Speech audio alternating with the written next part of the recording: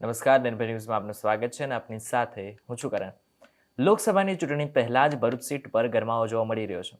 ચૈતર વસાવાને હરાવવા માટે ભાજપ એડી ચોટીનું જોર લગાવી રહ્યું છે. તેવામાં હવે મુમતાઝ પટેલને પણ ચૂંટણી લડવી છે. સીધી વાત છે કે જો આવું થશે તો ગઠબંધન કરીને ભરૂચ સીટ પર નહીં લડવામાં આવે. ત્યારે એ જ સમયે મુમતાઝ પટેલના ભાઈ ફૈઝલ પટેલના હું તો લડીશના પોસ્ટરે પણ ચર્ચા જગાડી છે. એવામાં કોંગ્રેસમાંથી કોણ ચૂંટણી લડશે તેને લઈને મનસુખ વસાવાએ શું કહ્યું છે તે એકવાર સાંભળી લઈએ. સ્વાભાવિક છે કે સામે લોકસભાની ચૂંટણી બિલકુલ નજીકના દિવસોમાં આવી રહી છે. દરેક પાર્ટી પોતાના ઉમેદવારો જાહેરાત કરવા માટે કોઈક રીતના બધી તૈયારી કરી રહ્યા છે. એ રીતના કોંગ્રેસે પણ એ મુમતાઝ પટેલને અથવા તો ફૈઝલ પટેલને મૂકવાની છે વાત નક્કી છે.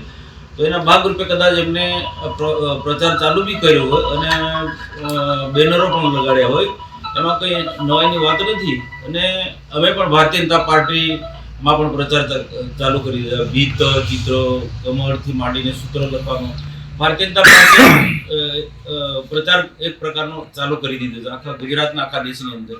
તો સ્વાભાવિક છે કોંગ્રેસે અહીંયા ભરૂચ લોકસભા માટે એના તૈયારીના ભાગરૂપે આ કામ એમને કાર્ય પ્રારંભ કર્યો છે.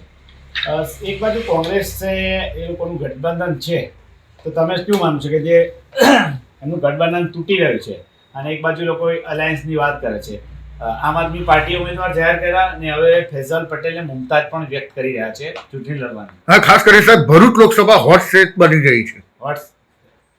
આમાં ભરૂચ લોકસભામાં એટલા માટે બધાની નજર છે કે ભરૂચ લોકસભામાં ત્રિપાંખીયો જંગ છે અને ડેડિયાપાડાના ધારાસભ્ય ચૈતર વસાવાની જે ઘટના ઘટી એને લઈને આમ આદમી પાર્ટીએ એને કેટલાક ખોટા મુદ્દા પણ ઉછાળ્યા. એટલે સ્વાભાવિક છે કે ભરૂચ લોકસભા ની સીટ બધા તરફ ધ્યાન છે. એને એક ઉમેદવાર તરીકે ચૈતર વસાવાને પણ આમ આદમી પાર્ટીએ એને પ્રોજેક્ટ કરી દીધી. એ રીતના કોંગ્રેસમાં પણ અહમદ પટેલ અને સુપુત્રી મુમતાઝ પટેલ, ફૈઝલ સુપુત્ર મુમતાઝ પટેલના નામો ચર્ચાઈ રહ્યા છે.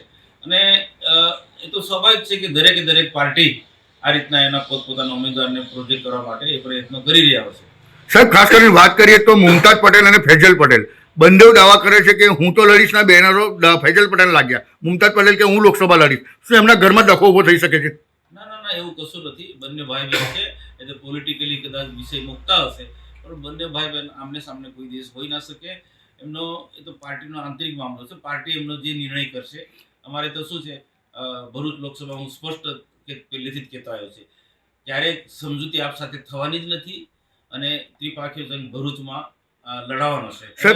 લાગી રહ્યું છે કે ખાસ કરીને ફૈઝલ પટેલ બેનને સપોર્ટ ના કરતો હોય, બેન ભાઈને સપોર્ટ ના કરતો એવું લાગી રહ્યું છે. ના, એવું નથી. એ તો એમનો રાજકીય વ્યૂહરચના છે.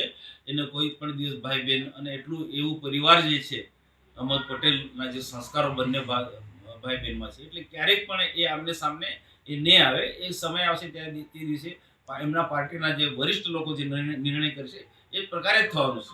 સર, ખાસ કરીને તમને એવું લાગે ત્રિપાંખીયો જંગ થાય કોંગ્રેસ, ભાજપ અને આમ આદમી પાર્ટી, તો ભારતીય જનતા પાર્ટીને સરળતા ચૂંટણી જીતવાની વધારે રહે?